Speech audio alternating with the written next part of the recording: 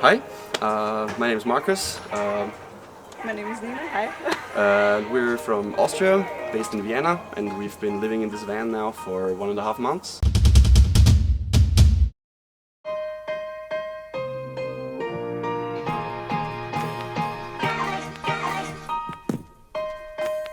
This is pretty much the living room, kitchen, everything. So we have like all the storage for clothes and like kiting stuff and wetsuits and everything goes here. Yeah, shuts quite good. This is actually removable because I did want it to be a little bit more stealthy, so that people from the outside do not know that there is somebody living in here when parking in like more urban areas and stuff. This is actually the seat, yeah, where all the electronics is in. Like obviously the fridge. Everything is powered by a solar panel up there. Not too bad, not too big. It's just like 120 watts or something like this. And actually the only big consuming device is the fridge. The other stuff is like not too much. You just have some lights here, like the LED spots and like a comfy light in the back. Yeah, I built it myself with the help of my father. My father is a carpenter, so yeah, therefore we have a lot of wood in here. Yeah, down here we have like the water stuff, like the grey water and the fresh water. This thing stinks as fuck if you do not clean it every 2 or 3 days. It's enormous. We even have to close the. Yeah, we have to close the sink so that it doesn't stink.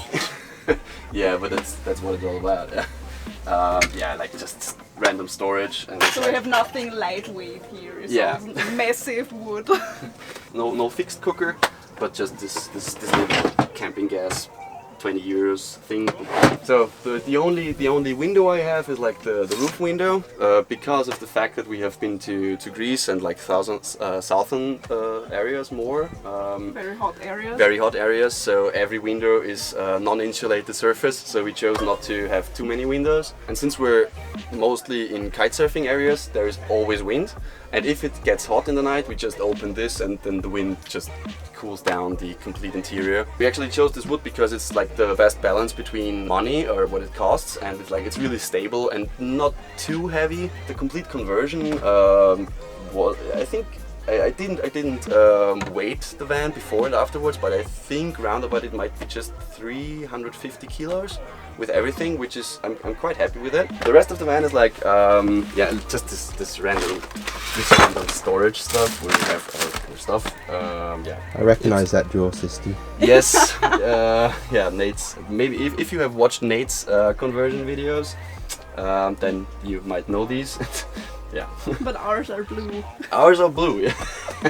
Yeah, then we have like the storage spaces here, which are quite nice because they go all the way down to the bottom. We can put like tons and tons and tons of stuff in it. Sometimes it's a little bit of pain in the ass because we have to dig all the way down, so we tend to keep the stuff that we do not use regularly.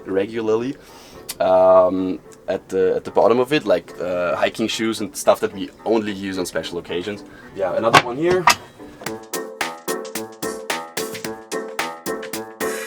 Yeah, like obviously the bed. We thought about building the bed sideways, but Nina did choose not to have it this way because, I mean, she wants to have it comfortable because she's not sleeping like this, she's sleeping like this.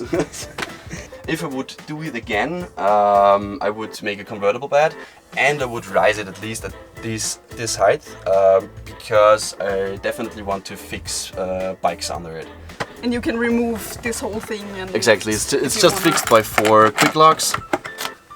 So if I want to transport like bigger stuff like we did with motorbikes that Nia's father bought, so we just drop out the bed and have like all this space free for like transportation of stuff.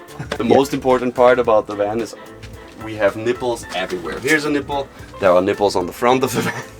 I don't know why, but we found these random nipple stickers back in Vienna and we put them everywhere. I hadn't noticed. One thing that we definitely recognized is that it's the little stuff that is the most important thing, because we didn't have this thingy, which is just a basic line or rope or whatever But I think it's the most important stuff now on this trip, because we constantly have to hang our wet, the completely sandy and salty and wet wetsuits, and we would always have to hang it somewhere outside, and it's not really nice to have like a 200 or 300 euro wetsuit outside of the van. Yeah, this shelf up here is one of the things that I'm most happy about, because there is, even if it's just this height, you can fit loads and loads and loads of stuff in it. We have like a second table, not this one, but another one in here. We have like 2 chairs, jackets, camping equipment, like all the hammocks, all the water tanks and everything, and it's just pretty much storage for everything. So actually, this little addition was doing a really good job, because we always had the tables in the back, and if you wanted to have like dinner or breakfast or something in here, I always had to leave the van, go outside, go in the back, get the table, go in again. And now we have it like really easily, just getting it out. Yeah, and that's it, and it fits perfectly here for 2 people.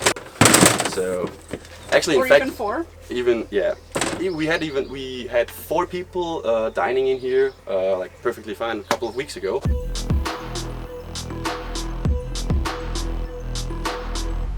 Talking about the insulation, pretty much everything is insulated here. We started from the floor, and the rest of the van, like all the metal works, is insulated with a material called Armaflex.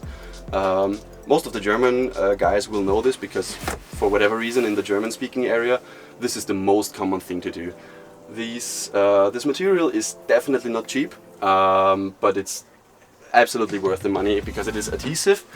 I can only show you a little bit of it here.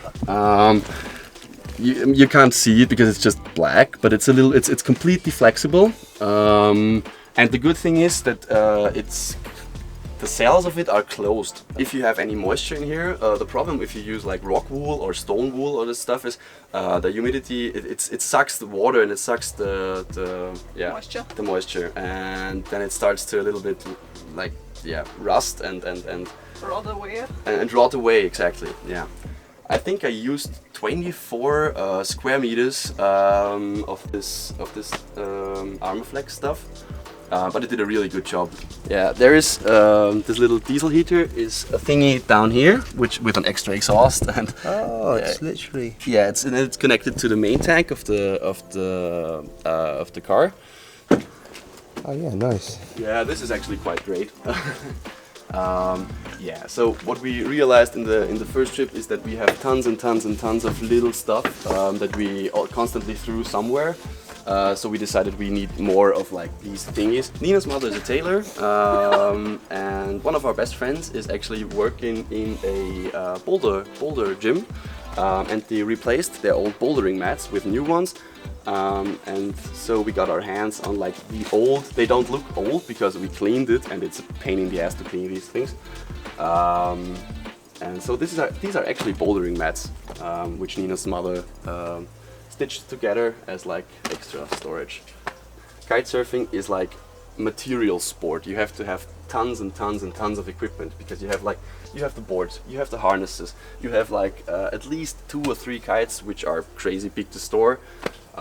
So we had to really think about ideas to get all the stuff stored somewhere where you don't constantly fall over it. So we ended up like hanging like the harnesses here with just some little hooks. Yeah, and the boards up here, and the boards here, and all the kites down here.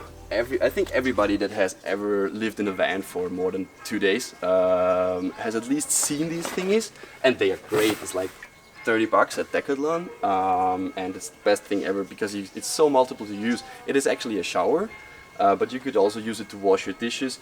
It just works in a very simple way. You just put in some put in water here, and put it in the sun for like 2 or 3 hours, and it gets really warm. Then you just close it, pump it to pressurize it, and close it properly. So you just pump it, connect like this hose, and and a shower. So, hey, doggo. Yeah, we're at Nate's place here, and this place is definitely a dog's place because there's completely random dogs running around everywhere, which is actually great.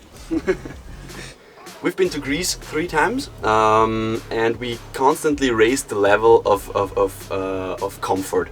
So the first year was just going to Greece with a car and sleeping in a sleeping bag on the beach, 2 weeks, that's it.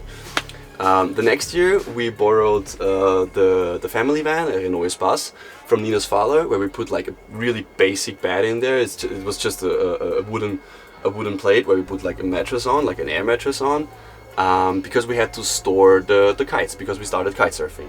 And we have been there with friends, and they have had a converted T4. Yeah, actually the decision was made because of the jealousy to other van lifers which we traveled with. And yeah, so I came home from this trip and said, okay, I'm gonna need to find a van and just build it. Yeah, and so I did. Awesome. And actually the conversion itself was done was inspired by Nate's van. What's the reason? This is actually the reason why we're here right now, because we've been traveling Spain, and we've been cooking dinner in the van, and I thought, okay, this is kind of crazy because I'm sitting in a converted Transit in Spain, and so I got to think about, actually I did it because of Nate's video, and I just dropped him a message on Instagram and he said, okay, pop by at our house. And yeah, so we're chilling here now for a day now and had like dinner and a really nice evening. Yeah. Maybe you shouldn't put that on YouTube because here we will constantly have people popping by your place. Yeah.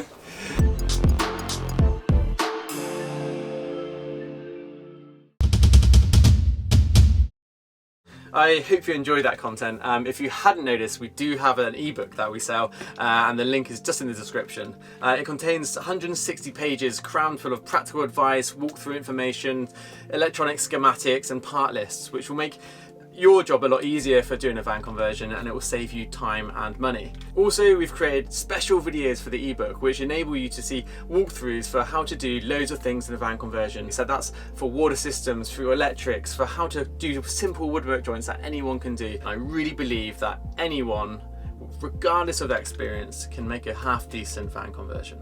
Thanks for watching. We really appreciate you watching our content, and we put a lot of effort to make it interesting, informative, and find those cool projects that feature on our channel. Consider subscribing, leave a comment, and we'll see you next week.